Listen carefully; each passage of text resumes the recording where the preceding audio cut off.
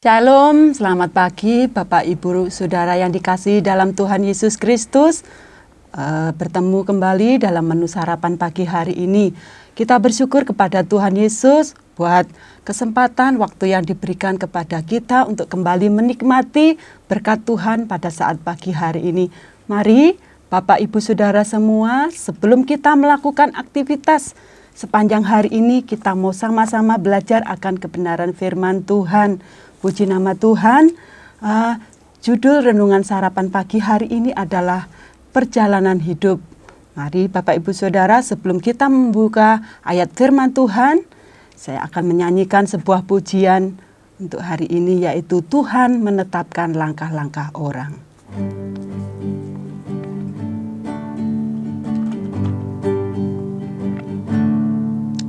Tuhan menetapkan langkah-langkah orang yang hidupnya berkenan kepadanya.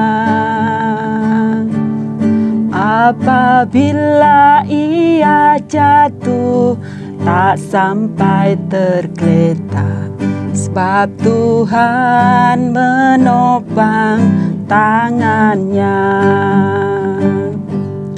Tangannya,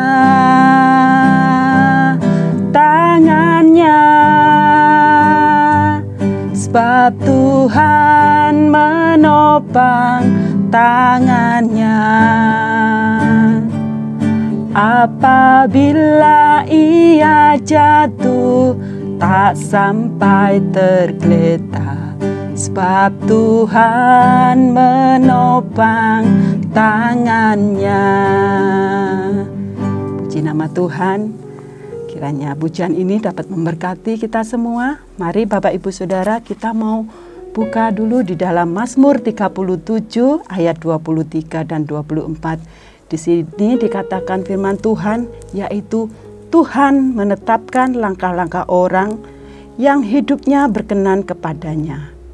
Apabila ia jatuh, tidak sampai tergeletak, sebab Tuhan menopang tangannya. Puji nama Tuhan. Pengertian tentang langkah-langkah adalah suatu perjalanan. Bagaimana perjalanan kita selama setengah tahun ini? Kami percaya bahwa kita boleh ada sampai saat ini. Ini semua karena pimpinan Tuhan, ini semua kemurahan Tuhan, dan ini semua karena pertolongan Tuhan. Kalau kita melihat keadaan dunia saat ini, di mana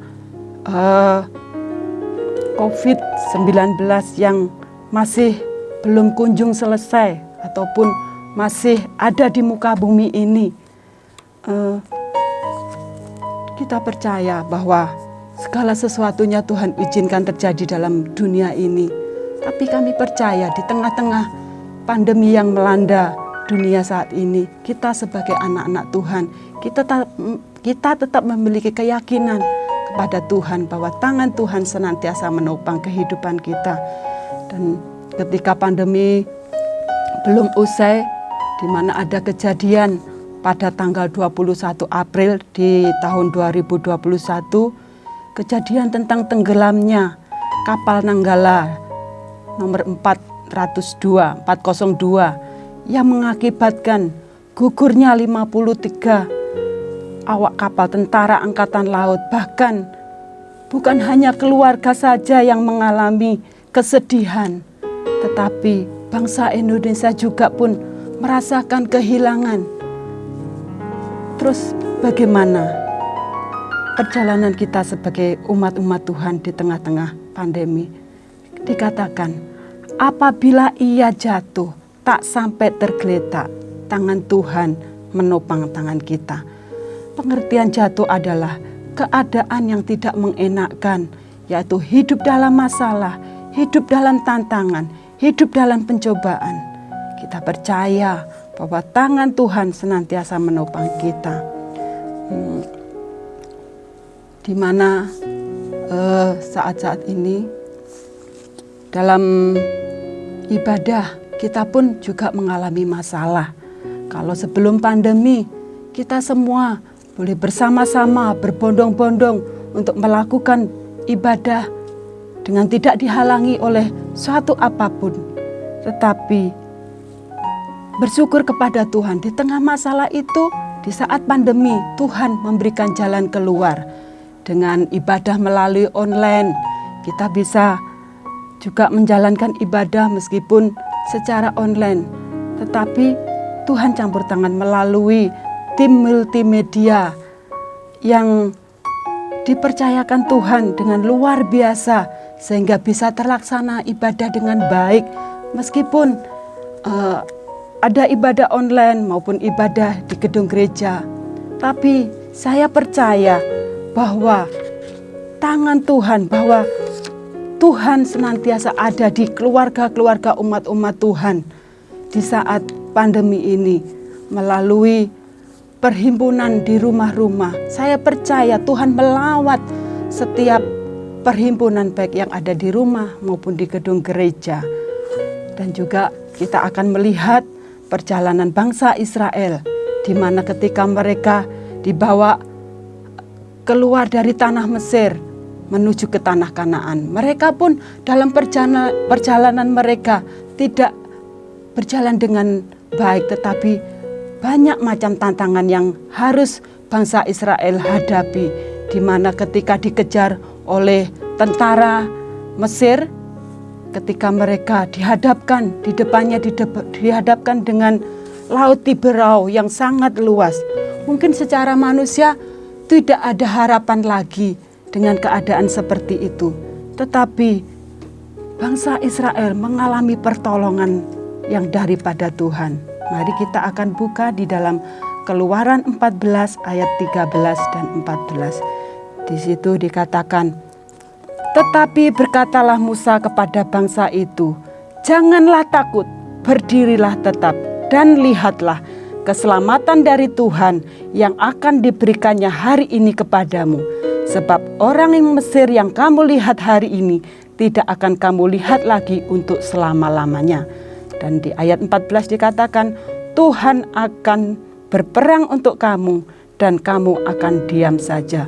Sungguh, pertolongan Tuhan itu luar biasa buat bangsa Israel dengan caranya yang ajaib, cara yang dilakukan Tuhan, yaitu di ayat 21 dikatakan, lalu Musa mengulurkan tangannya di atas laut, dan semalam-malaman itu Tuhan menguakkan air laut dengan perantaraan angin timur yang keras, membuat laut itu menjadi tanah kering, maka terbelahlah air itu.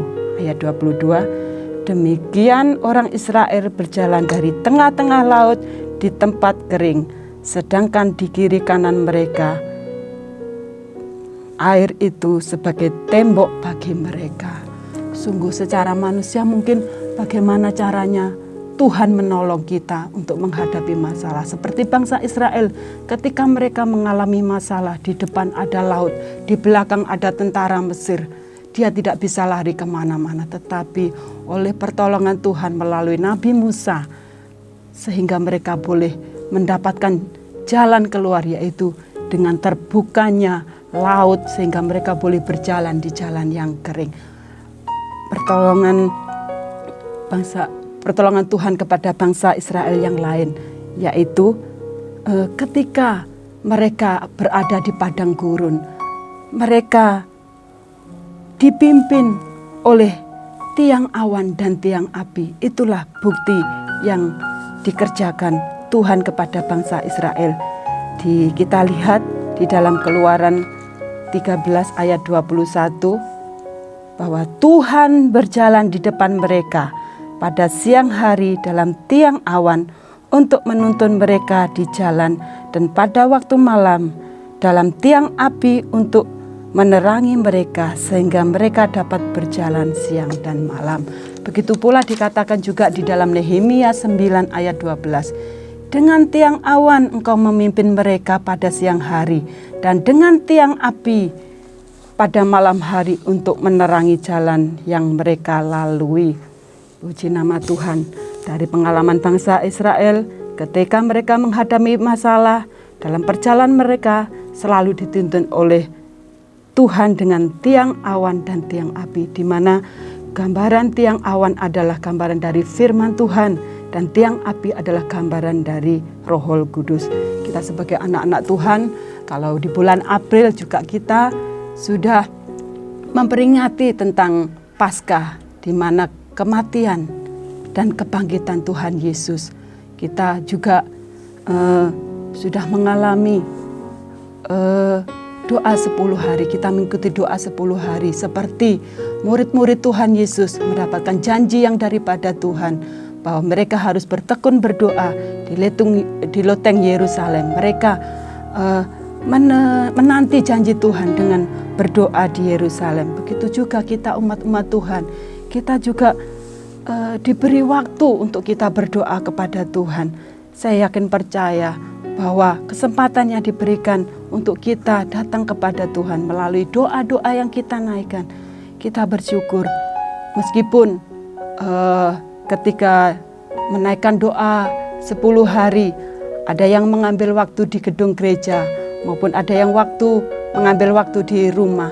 Tetapi saya percaya meskipun di rumah pun kita juga bisa merasakan lawatan Tuhan. Kita juga bisa merasakan jamahan Tuhan. Roh Kudus hadir di tengah-tengah keluarga demi keluarga, sehingga kita bisa merasakan bagaimana Roh Kudus itu bekerja dalam kehidupan kita sebagai umat-umat Tuhan. Kalau kita tahu bahwa Allah bangsa Israel adalah sama seperti Allah yang kita sembah, yaitu Allah yang tidak pernah berubah, yang selalu memberikan pertolongan tepat pada waktunya. Kita percaya bahwa kita sebagai anak-anak Tuhan, kita tetap mengandalkan kekuatan yang daripada Tuhan. Puji nama Tuhan. Kita buka di dalam ayat terakhir, di dalam 1 Korintus 10 ayat 13 dikatakan, pencobaan-pencobaan yang kamu alami ialah pencobaan-pencobaan biasa yang tidak melebihi kekuatan manusia. Sebab Allah setia, dan karena itu Ia tidak akan memberikan kamu dicobai melampaui kekuatan kamu. Pada waktu kamu dicobai, Ia akan memberikan kepadamu jalan keluar sehingga kamu dapat menanggungnya. Puji nama Tuhan. Yang menjadi pertanyaan bagi kita adalah yaitu bagaimana kita menghadapi hari esok. Apakah kita masih memiliki keyakinan yang kuat di dalam Tuhan, ataupun kita masih ragu akan pimpinan Tuhan dalam kehidupan kita? Mari Bapak Ibu Saudara kita semua, di mana kita sudah melihat perjalanan bangsa Israel yang sungguh luar biasa, pimpinan Tuhan kepada mereka. Saya yakin dan percaya dalam kita menghadapi hari-hari ataupun bulan berganti bulan, tahun berganti tahun, kalau kita berjalan bersama Tuhan, pasti Tuhan memberkati kita. Tuhan campur tangan apa yang menjadi kerinduan kita. Terima kasih. Inilah renungan singkat sarapan pagi pada saat pagi hari ini. Biarlah boleh menjadikan berkat bagi kita semua. Tuhan Yesus memberkati.